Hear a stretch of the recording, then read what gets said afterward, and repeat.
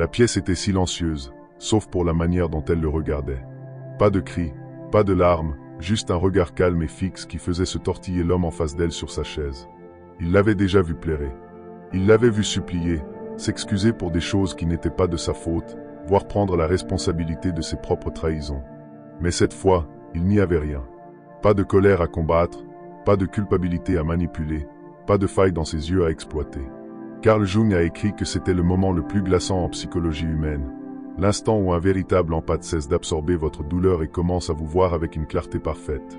Pendant des années, elle avait été une éponge, absorbant chaque mot, chaque éclat, chaque mensonge, les retenant dans les parties les plus tendres d'elle-même jusqu'à ce qu'il laisse des bleus que personne ne pouvait voir. Elle avait été la pacificatrice, celle qui réparait, celle qui comprenait les blessures de tous sauf les siennes, jusqu'à maintenant. Cette fois, c'était différent. Son calme n'était pas un vide. C'était de la précision.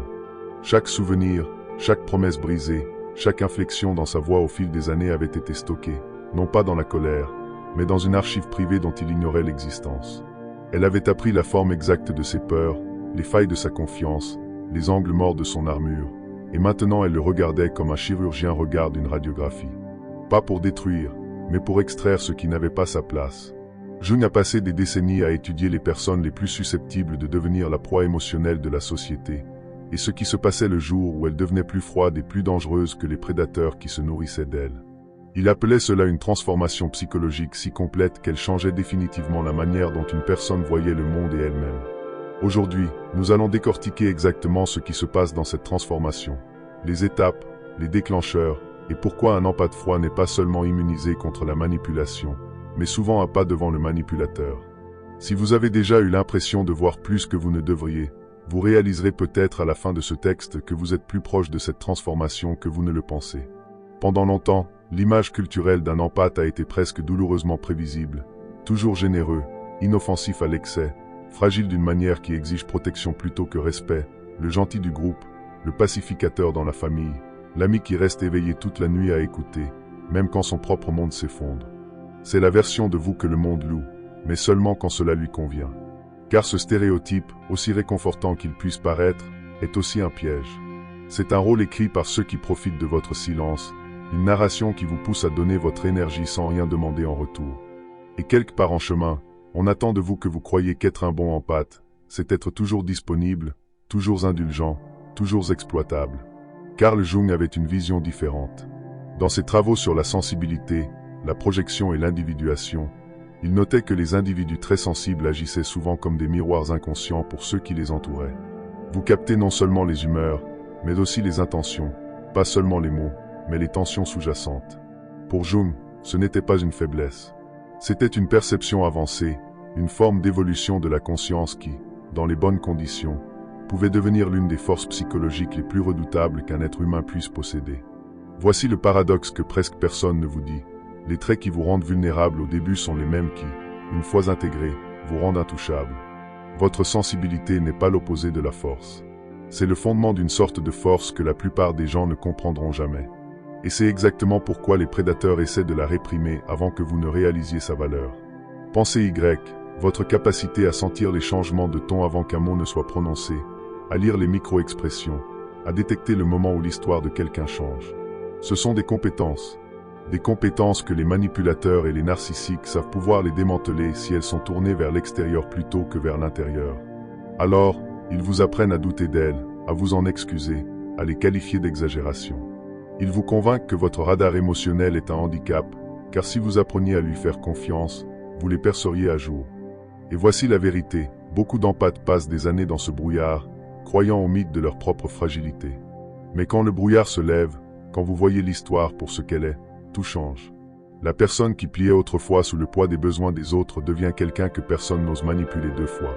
Les empathes doux, mais pas comme le stéréotype le voulait. Vous pouvez aimer profondément sans être contrôlé. Vous pouvez donner sans être vidé. Et quand vous le faites, vous cessez de correspondre à la petite boîte sécurisée que la société a construite pour vous. Et vous commencez à devenir quelque chose de bien plus dangereux pour ceux qui voudraient vous exploiter. Une personne qui choisit ou dirige son empathie. Si vous vous êtes déjà demandé pourquoi les manipulateurs et les narcissiques semblent vous repérer dans une foule, ce n'est pas votre imagination. Ce n'est pas non plus de la malchance. C'est un schéma psychologique. Carl Jung a observé que les individus sensibles agissent naturellement comme des miroirs. Vous reflétez les émotions des gens, même celles qu'ils essaient de se cacher à eux-mêmes. Et si les personnes saines peuvent trouver cela réconfortant, les prédateurs y voient une ouverture, une invitation à projeter leur douleur, leur honte et leur culpabilité sur quelqu'un d'autre. J'appelle cela l'effet d'aimant de projection. Quand vous êtes un empathe, vous ne captez pas seulement les humeurs, vous les absorbez. Pour un narcissique, cela signifie qu'ils ont trouvé la personne parfaite pour porter le poids de leurs dommages non résolus. Ils peuvent se décharger sans conséquence, car vous le prendrez sur vous et vous sentirez même responsable de le réparer. Et ce n'est que le début.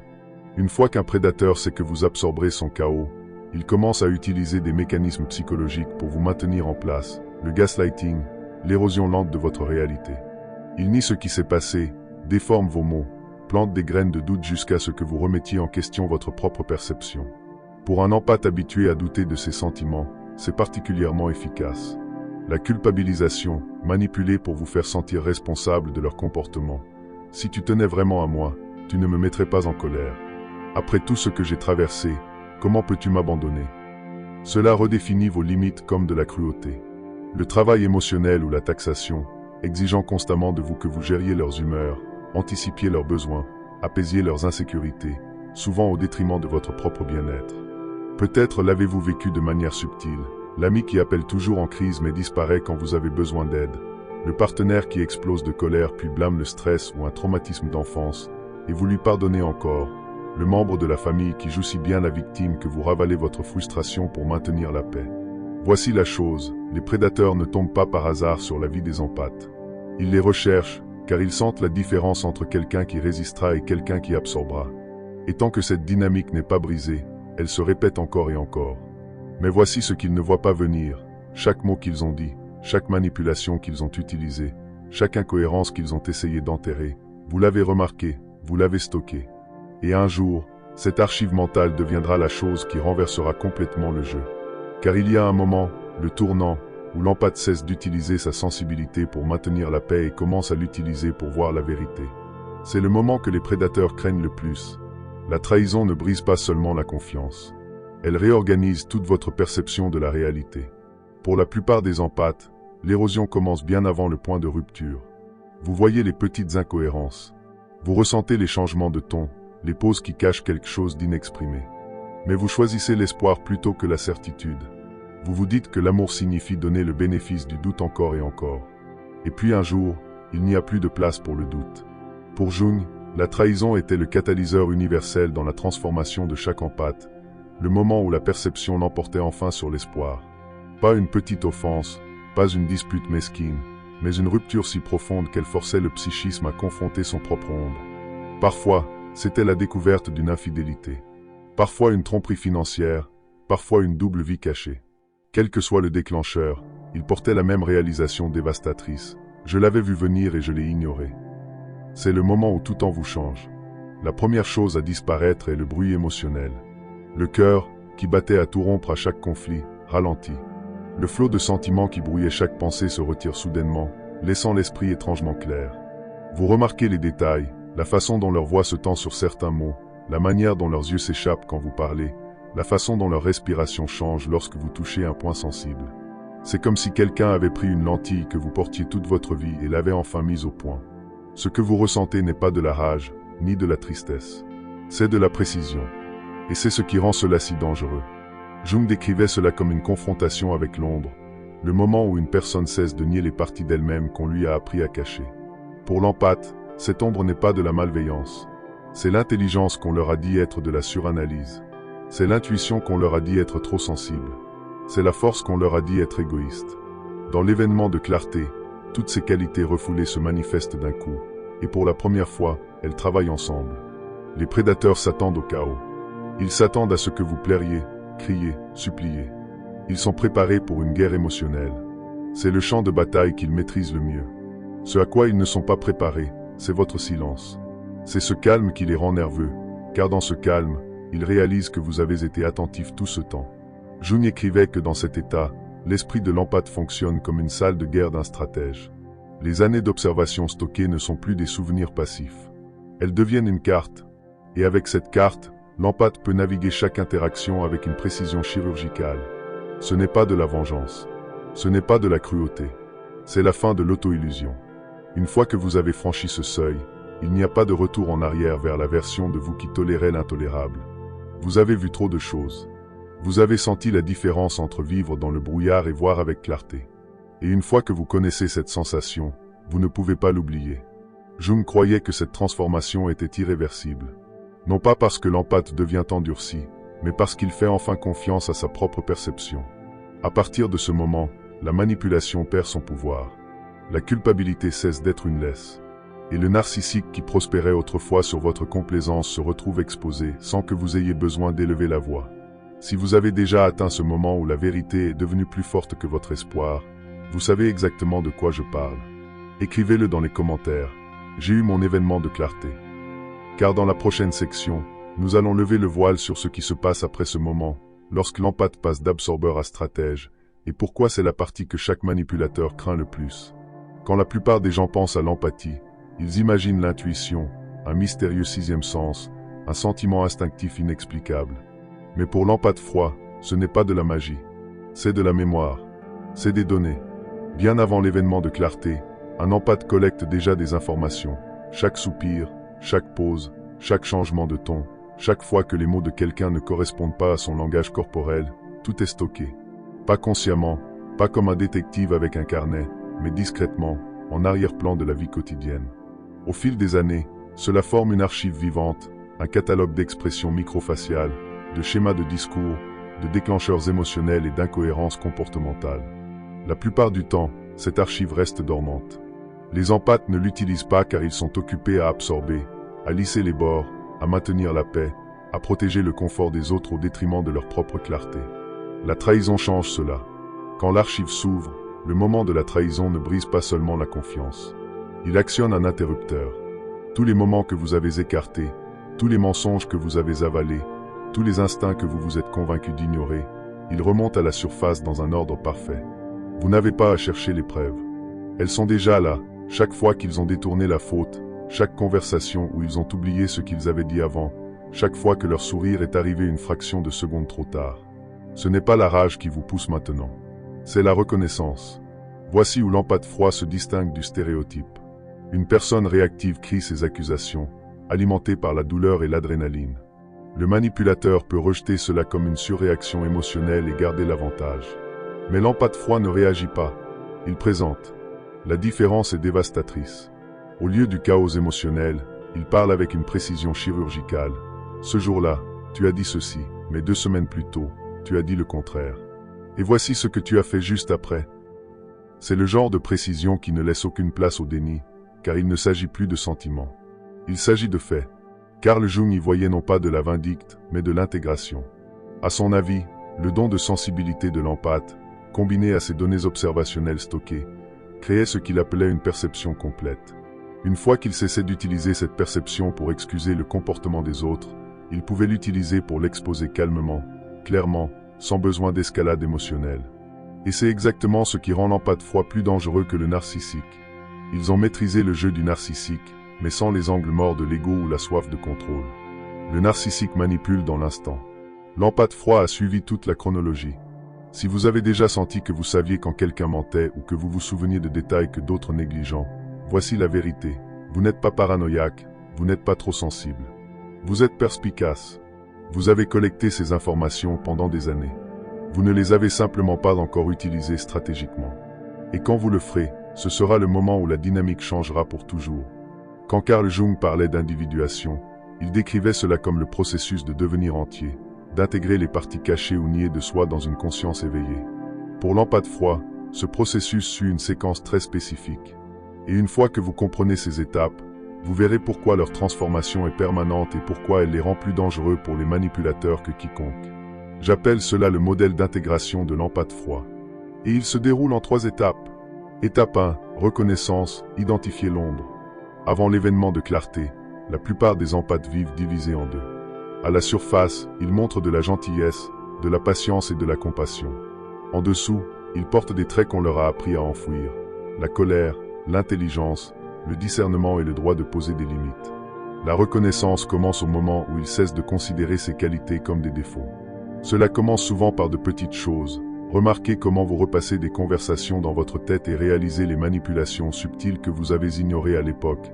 Ressentir de la colère et comprendre que ce n'est pas un signe de cruauté, mais de respect de soi. Reconnaître que votre intuition n'est pas une surréaction, mais une reconnaissance précise de schéma. Testez-vous. Pensez à un moment récent où quelqu'un a rejeté vos sentiments. Avez-vous immédiatement douté de vous-même ou avez-vous discrètement enregistré ce rejet comme un signal d'alarme? Si c'est ce dernier cas, vous êtes déjà dans la reconnaissance. Jung croyait que cette étape était l'équivalent psychique d'allumer une lumière dans une pièce sombre. Soudain, vous pouvez voir la forme de tout ce qui était là depuis le début, et les contours sont plus nets que vous ne l'attendiez. Étape 2. Intégration. Fusionner la lumière et l'ombre. La reconnaissance seule ne suffit pas. Dans l'intégration, l'empathie cesse de garder sa profondeur émotionnelle et sa clarté analytique dans des boîtes séparées. Les deux deviennent un. C'est là que la transformation s'accélère. Au lieu de choisir entre aimer et voir clairement, ils réalisent qu'ils peuvent faire les deux à la fois. Ils peuvent ressentir la douleur de quelqu'un sans excuser son comportement nuisible. Ils peuvent offrir de l'empathie sans abaisser leurs limites. L'esprit et le cœur commencent à travailler ensemble. La perception informe la compassion, et la compassion informe l'action. C'est l'opposé de ce que les prédateurs attendent. Ils sont habitués à exploiter l'ouverture émotionnelle et à éviter l'examen analytique. Mais maintenant, ces deux forces sont fusionnées. Un manipulateur essaie de vous culpabiliser pour avoir posé une limite. Je suppose que je ne peux plus compter sur toi. Autrefois, vous auriez d'abord ressenti la culpabilité, puis vous vous seriez empressé de réparer. Maintenant, vous ressentez la culpabilité et reconnaissez immédiatement que c'est une tactique. Au lieu de céder, vous répondez calmement, ma décision tient. Pas de colère, pas d'explications excessives, juste de la clarté avec de la gentillesse. Remarquez à quelle fréquence vous expliquez vos limites. Si vos explications diminuent et que votre clarté augmente, vous êtes dans l'intégration. Étape 3. Application. L'empathie sélective comme outil stratégique. C'est l'étape qui transforme l'empathie froid en une force que les prédateurs évitent. L'application est l'utilisation consciente et délibérée de l'empathie, non pas comme un réflexe, mais comme un choix. L'empathie ne se déverse plus dans chaque personne ou problème. Il dirige son énergie avec une précision chirurgicale, ne l'offrant qu'à ceux qui la valorisent, la respectent et la réciproquent. Ce n'est pas du détachement. C'est de la sélectivité, et cela change tout. Un collègue toxique essaie de vous entraîner dans un drame au bureau. Au lieu de vous engager pour maintenir la paix, vous écoutez sans offrir de carburant émotionnel. Votre désengagement calme les force à chercher une autre cible. Pendant ce temps, avec un ami qui lutte sincèrement, vous êtes pleinement présent, car vous savez que votre soutien les aidera à grandir, pas à stagner. En termes de Jung, c'est l'individuation complète. La personne n'est plus contrôlée par des schémas inconscients. Elle choisit son rôle dans chaque interaction. À la fin de la semaine, regardez où est passée votre énergie émotionnelle. Était-elle dispersée entre des personnes qui vous épuisent ou concentrée sur celles qui vous élèvent? Si vous pouvez répondre sans culpabilité, vous êtes dans l'application. Le pouvoir d'un narcissique ne vient pas de la force brute. Il vient de trouver vos angles morts. Il scrute les failles dans votre perception de vous-même, les endroits où vous doutez encore de vous, et il s'y engouffre. C'est ainsi qu'il contrôle le récit, déforme votre réalité et vous maintiennent dans le doute de la vérité que vous connaissez déjà. Mais voici le problème, un empathe froid n'a plus d'angle mort à exploiter. Une fois que vous avez atteint l'intégration complète, vous avez confronté chaque partie de vous-même qui pouvait être utilisée contre vous. Votre colère n'est plus honteuse. Vos limites ne sont plus négociables, et votre perception n'est plus quelque chose dont vous doutez. Le manuel du narcissique repose sur le fait que vous vous défendiez contre des accusations ou que vous vous précipitiez pour prouver votre valeur. Quand vous n'avez plus besoin de leur approbation, toute leur stratégie s'effondre, et les manipulateurs le sentent. Carl Jung notait ce qu'il appelait l'instinct du prédateur, un système de détection tacite chez ceux qui s'attaquent aux autres. Tout comme un loup évite le cerf qui ne fuit pas, un manipulateur évite la personne qui ne nourrit pas son ego. Ils sentent quand leur crochet ne s'accroche plus, même avant qu'un mot ne soit échangé. Imaginez ceci, un collègue narcissique essaie de vous pousser à vous défendre lors d'une réunion. Autrefois, vous auriez peut-être précipité pour clarifier, apaiser, rassurer. Mais maintenant, vous répondez à leur accusation avec le même regard calme et fixe qui est devenu votre signature. Vous ne niez pas, vous n'expliquez pas trop. Vous énoncez simplement la vérité une fois, avec précision, et laissez le silence s'étirer. Ils se tortillent sur leur chaise. Ils sentent qu'ils n'ont plus accès à vous. Ce qui était autrefois un jeu de poussée et de traction est maintenant un mur de briques. Et voici la partie qu'ils ne peuvent pas supporter. Vous n'essayez pas de gagner. Vous avez déjà gagné en refusant de jouer. L'empathe froid ne surpasse pas le narcissique par l'agression. Il le surpasse par la clarté. Sans chaos émotionnel à manipuler, le narcissique est exposé.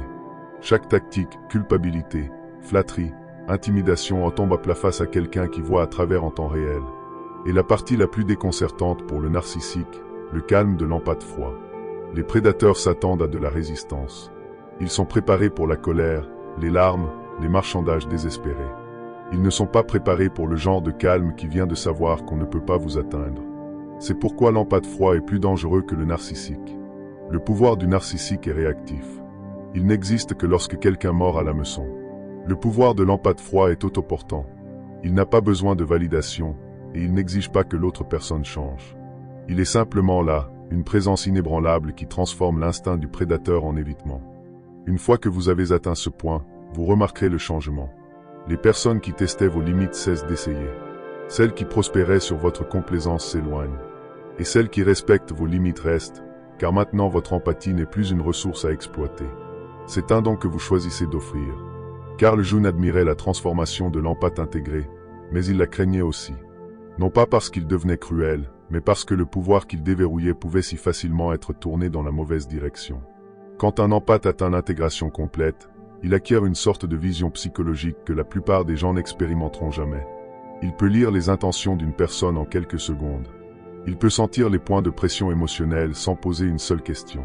Et s'il le choisissait, il pourrait utiliser cette perspicacité pour contrôler et démanteler la réalité d'une autre personne aussi facilement qu'il a été contrôlé autrefois. C'est le côté sombre de cette transformation. Et c'est pourquoi Jung croyait que l'éthique était aussi importante que l'éveil.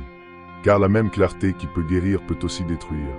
Imaginez un empathe intégré qui décide de combattre le feu par le feu. Au lieu de se protéger, il utilise sa perception pour acculer et humilier. Au lieu de poser des limites, il les arme pour punir. Au lieu de simplement exposer les mensonges, il orchestre des situations pour les provoquer. Entre de mauvaises mains, ce dont devient indiscernable de l'arsenal du manipulateur, mais plus aiguisé et plus efficace. C'est le carrefour que chaque empathe éveillé atteint tôt ou tard. Utilisez-vous votre pouvoir pour guérir ou pour nuire? Guérir ne signifie pas pardonner à tout le monde ou laisser passer l'injustice. Cela signifie choisir vos batailles avec un but, refuser de gaspiller de l'énergie dans une vengeance qui vous laisse vide. Cela signifie utiliser votre perspicacité pour vous renforcer et renforcer les personnes qui méritent d'être à vos côtés, pas pour briser les autres juste pour prouver que vous le pouvez. Nuire est facile. Laisser un héritage est plus difficile. Jung avertissait que sans ancrage éthique, un empathe éveillé pouvait devenir aussi dangereux que les prédateurs qu'il craignait autrefois, mais avec beaucoup plus de précision. Et c'est pourquoi ce choix définit le reste de votre vie après la transformation.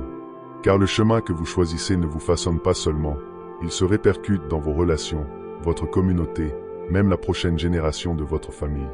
Un empathe froid qui utilise sa clarté pour l'intégrité devient l'exemple que les prédateurs évitent et que les gens honnêtes admirent. Celui qui l'utilise pour la domination devient quelque chose d'autre entièrement, craint, mais aussi vide. Si vous êtes arrivé à ce point, vous savez déjà de quoi vous êtes capable. La question n'est plus de savoir si vous pouvez gagner. C'est de savoir si la manière dont vous gagnez vaudra la peine d'être retenue. Un empathe froid ne change pas seulement lui-même. Il change les systèmes autour de lui, et ce changement est rarement discret. Dans les familles, le schéma est presque prévisible. La personne qui absorbait autrefois l'attention de tout le monde cesse de le faire. Et la dynamique s'effondre ou se restructure entièrement. Le frère ou la sœur qui comptait sur la culpabilité pour obtenir ce qu'il voulait découvre que ça ne fonctionne plus. Le parent qui utilisait la manipulation émotionnelle pour maintenir le contrôle se retrouve face au silence là où il y avait autrefois de la complaisance.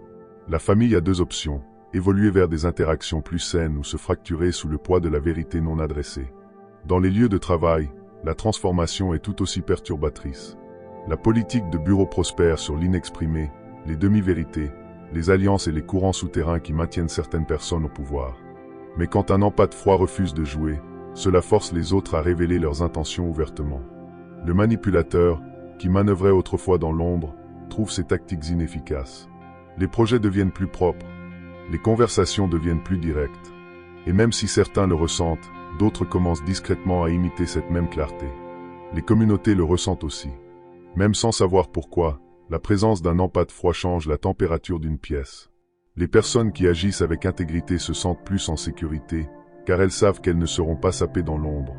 Celles qui comptent sur un contrôle subtil et des agendas cachés commencent à garder leur distance, sentant qu'elles ne peuvent pas tisser leurs histoires sans être percées à jour. Jung croyait que cet effet d'onde était inévitable. Une fois que la perception d'une personne devient limpide, elle devient un miroir vivant, reflétant la vérité des autres sans jugement mais sans distorsion. Ce reflet force des choix. Certains s'élèveront pour le rencontrer, d'autres le fuiront. Et la partie la plus frappante, l'empathie froide n'a presque jamais besoin de dire un mot pour que cela se produise. La transformation qui a commencé comme une survie personnelle devient quelque chose de plus grand, un catalyseur pour la vérité. Pas la vérité comme une arme, mais la vérité comme une présence constante, le genre qui exige discrètement que tout autour d'elle devienne plus fort ou révèle sa faiblesse. Si vous avez déjà vu une relation, un lieu de travail ou même un groupe d'amis changer simplement parce que vous avez cessé de jouer votre ancien rôle, vous avez déjà été témoin de cette onde. Depuis le début, il ne s'agissait pas seulement d'eux, les narcissiques, les manipulateurs, ceux qui pensaient que vous ne verriez jamais à travers leur jeu. Il s'agissait de vous. Du moment où vous cessez d'être défini par les rôles qu'on vous a imposés et commencez à vous définir vous-même. Nous avons commencé avec ce regard silencieux, celui qui faisait se tortiller le prédateur dans la pièce. Ce moment n'était pas juste une réaction.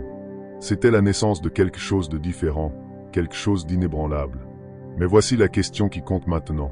Quand votre moment viendra, contrôlerez-vous la transformation ou la laisserez-vous vous contrôler? Car la vérité est que, une fois qu'elle commence, vous ne pouvez pas revenir en arrière. L'empathie froide n'est pas un costume que vous enlevez. C'est l'intégration de chaque leçon, chaque trahison, chaque schéma que vous avez jamais vu. Et avec cela vient un choix, qui résonnera dans chaque interaction que vous aurez à partir de ce jour. Certains utiliseront cette clarté pour guérir, pour protéger les autres de ce qu'ils ont survécu. D'autres laisseront l'ombre prendre le volant, transformant le pouvoir en poison. Jung nous a avertis de ce carrefour. Il savait que le don de la vision venait toujours avec la tentation de l'armée. Alors, peut-être que la véritable mesure de la transformation n'est pas de savoir si vous changez, mais comment vous choisissez de vivre après l'avoir fait.